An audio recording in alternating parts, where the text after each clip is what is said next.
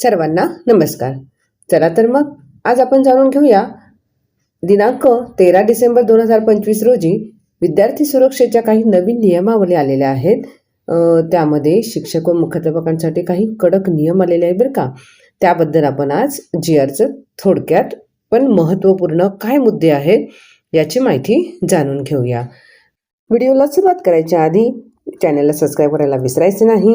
Video आवडला तर like करायचा आणि जास्तीत जास्त शिक्षकांपर्यंत पोहोचवायचा, शेअर करायचा.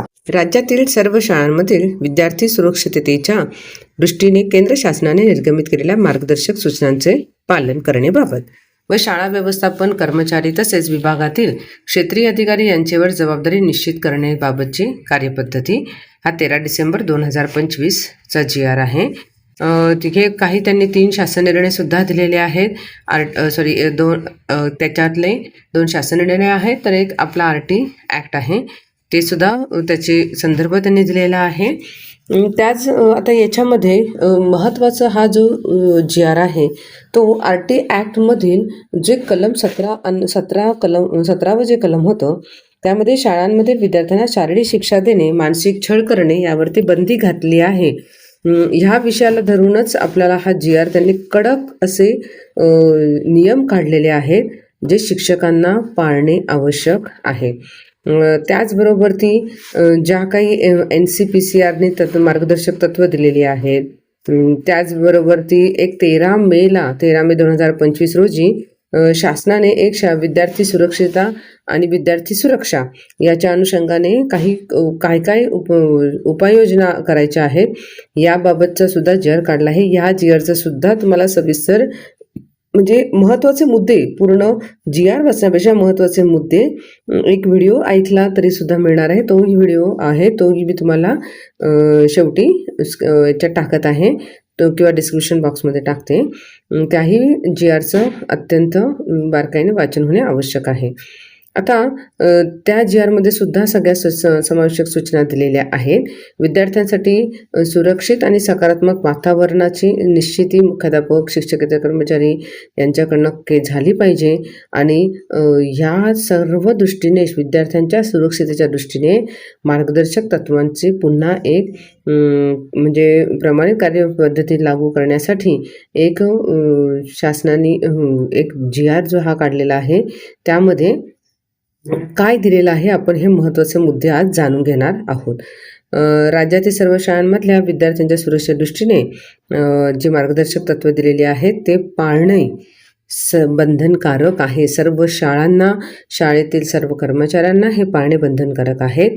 सर्व संस्थाचालक, व्यवस्थापक, मुख्याध्यापक, शिक्षक व कर्मचारी यांनी प्रामुख्याने खालील नमूद केलेल्या मुद्द्यांची काटेकोर अंमलबजावणी करायची आहे. बघा, अत्यंत कडक भाषेतील हा शासन निर्णय आहे. पहिला जो नियम आहे किंवा जे मार्गदर्शक तत्व दिलेलं आहे, पहिलं बालकांचा मोफत व सक्तीचा शिक्षण हक्क अधिनियम 2009 केंद्र शासनाने विद्यार्थी सुरक्षिततेसंदर्भात निर्गमित केलेल्या मार्गदर्शक तत्व राष्ट्रीय व राज्य बाल हक्क संरक्षण आयोगाने बालकांच्या सुरक्षेसंदर्भात वेळोवेळी निर्गमित केलेल्या सूचना यांचं पालन करणे प्रत्येक शाळेला अनिवार्य राहील. दुसरं महत्त्वाचं आहे, विद्यार्थ्यांना कोणत्याही प्रकारचा गंभीर शारीरिक दंड किंवा शिक्षा, आता गंभीरमध्ये त्यांनी कंसामध्ये बघा दिलेला आहे काय गंभीर स्वरूपाचे पकडले जाणार आहेत. उदाहरणार्थ मारणे, हाताने, कशानेही मारा तुम्ही, हाताने, काठीने, फूटपट्टीने किंवा पट्टा इत्यादी त्यांनी दिलेला आहे. कान किंवा केस ओढणे, उठाबशा काढायला लावणे, ढकलणे, वर्गाच्या बाहेर उन्हात किंवा पावसात उभे राहण्याची शिक्षा देणे, गुडघ्यावर बसवणे, भुकेले ठेवणे किंवा पाणी पिऊ न देणे, अपमान करणे म्हणजे शाब्दिक, मानसिक, वारंवार नावं ठेवणे, कमी लेखणे, हा कशाही प्रकारे विद्यार्थ्याला अपमान वाटू शकतो.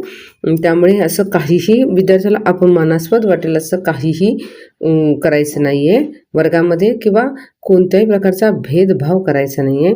मग जातीचा, धर्माचा, भाषेचा, लिंगांचा, सामाजिक किंवा आर्थिक स्थितीचा, विशेष गरजा असणाऱ्या विद्यार्थ्यांचा किंवा शैक्षणिक कामगिरी याच्या आधारावर सुद्धा म्हणजे मठ्ठ, ढ असे सुद्धा आपल्याला भेदभाव करणारे शब्द वापरणे किंवा हे सगळं अनुज्ञेय असणार नाही.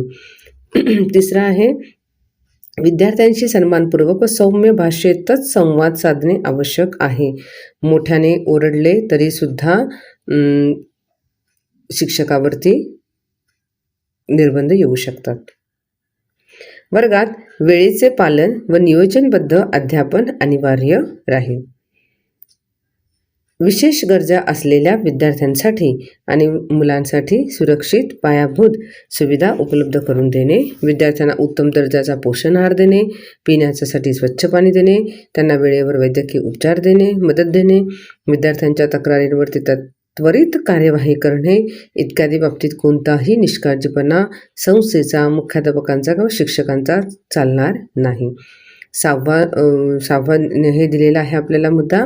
शाळेच्या आवारात गुंडगिरी, भेदभाव वृत्ती, मादक पदार्थांचे सेवन करण्यास प्रतिबंध असून याबाबत भंग होणार नाही याची दक्षता घ्यायची आहे.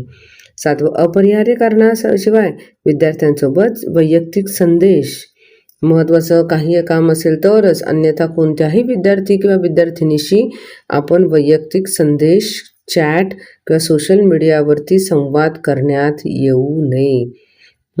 म्हणजे अभ्यासाच्या व्यतिरिक्त कोणताही इतर प्रकारचा कोणताही संवाद करणे योग्य नाही.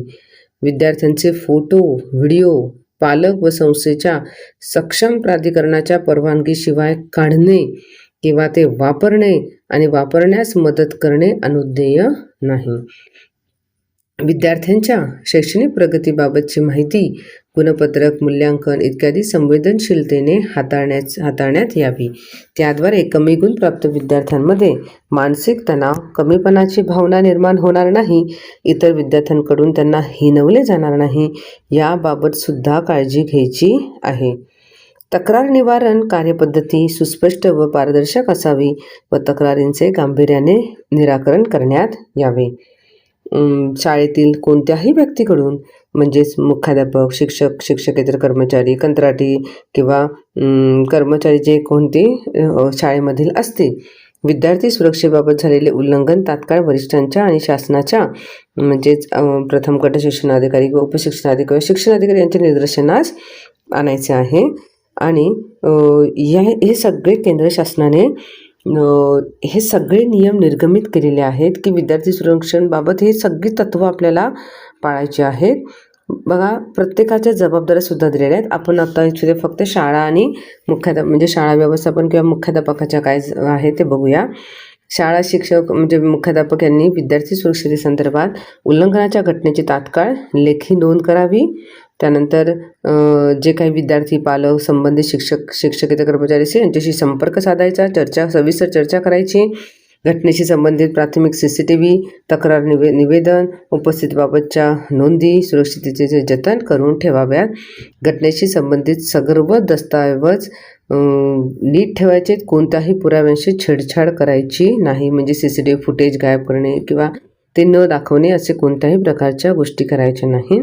संबंधित घटनेशी प्राथमिक चौकशी करून 2 दिवसाच्या आत शिक्षण विभागास अहवाल सादर करायचा. एखादी घटना गंभीर स्वरूपाची असल्यास, निदर्शनास आल्यास किंवा लैंगिक गुन्ह्यांपासून बालकांचे संरक्षण कायदा 2012 इत्यादी अधिनियमांमधील तरतुदींचं उल्लंघन झालेलं दिसलं तर गुन्हा घडल्याचे निदर्शनास आल्यास 24 तासाच्या आत संबंधित व्यक्ती किंवा कर्मचाऱ्याला त्याच्या विरुद्ध नजीकच्या पोलीस स्टेशनमध्ये तक्रार दाखल करायची आहे. तक्रार नोंदवताना सर्व आवश्यक माहिती, अभिलेख हे पोलीस प्रशासनाला आपल्याला द्यायचे आहेत. सदर घटनेबाबत सविस्तर अहवाल तातडीने संबंधित गट शिक्षणाधिकारी यांना सादर करायचा आहे. मग त्यानंतर शिक्षणाधिकाऱ्यांची काय जबाबदाऱ्या आहेत की त्या शाळेची चौकशी लावायची आहे. विद्यार्थ्यांना सुरक्षेबाबत घडलेले एखादे प्रकरण गंभीर स्वरूपाचे म्हणजेच लैंगिक गुन्ह्याचं सारखा म्हणजे पोक्सो कायद्याअंतर्गत असेल तर त्याचं जर उल्लंघन झालेलं असेल, गुन्हा घडल्याचं निदर्शनास आलं तर ती बाब लगेच तपासायची आहे. घटनेशी संबंधित सर्व विद्यार्थी, पालक, शिक्षकेतर कर्मचारी, शाळा व्यवस्थापक इत्यादी यांची साक्ष घ्यायची आहे आणि आवश्यक असल्यास संबंधित व्यक्तीकडून लेखी निवेदन घ्यायचं. शाळेतील सगळे CCTV, वैद्यकीय अहवाल, इतर सगळे जे दस्तऐवज आहेत, पुरावे सगळे तपासायचे.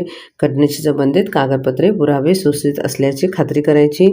आणि बालकांच्या सुरक्षेसंदर्भात निर्गमित करण्यात आलेल्या मार्गदर्शक सूचना, कायदेशीर तरतुदी तपासून व चौकशी दरम्यान आढळून आलेल्या नोंदी विचारात घेऊन सविस्तर अहवाल त्यांना सादर करायचा आहे शिक्षण उपसंचालकांच्या विभागाकडे.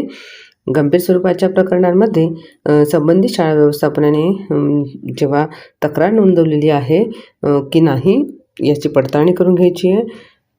या प्रकरणामध्ये गुन्हा दाखल केलेला नसल्याचे निदर्शनास आल्यास ताबडतोब आवश्यक तपासणी करून घटनेशी संबंधित व्यक्ती किंवा कर्मचाऱ्याविरुद्ध नजीकच्या पोलीस स्टेशनमध्ये गुन्हा नोंदवायचा आहे. शाळा प्रशासन अथवा व्यवस्थापनाने पोलिसांची तक्रार केली नसल्याचे निदर्शनास आले अशी प्रकरणे गांभीर्याने हाताळण्यात यावीत, हे सुद्धा त्यांनी दिलेलं आहे. नंतर विभागाकडनं काय कार्यवाही होणार आहे ते सुद्धा दिलेलं आहे. बघा, अतिशय गंभीर किंवा कडक शब्दामध्ये हा शासन निर्णय निघालेला आहे. प्रत्येक शिक्षकाला वरील जी मार्गदर्शक तत्वे होती ही मुद्दा क्रमांक 2 मधली जी काही तत्वे आहेत ही अतिशय गांभीर्याने लक्षात घ्यावीत, विचारात घ्यावीत आणि त्या पद्धतीनेच वर्गामध्ये विद्यार्थ्यांना हँडल करावे.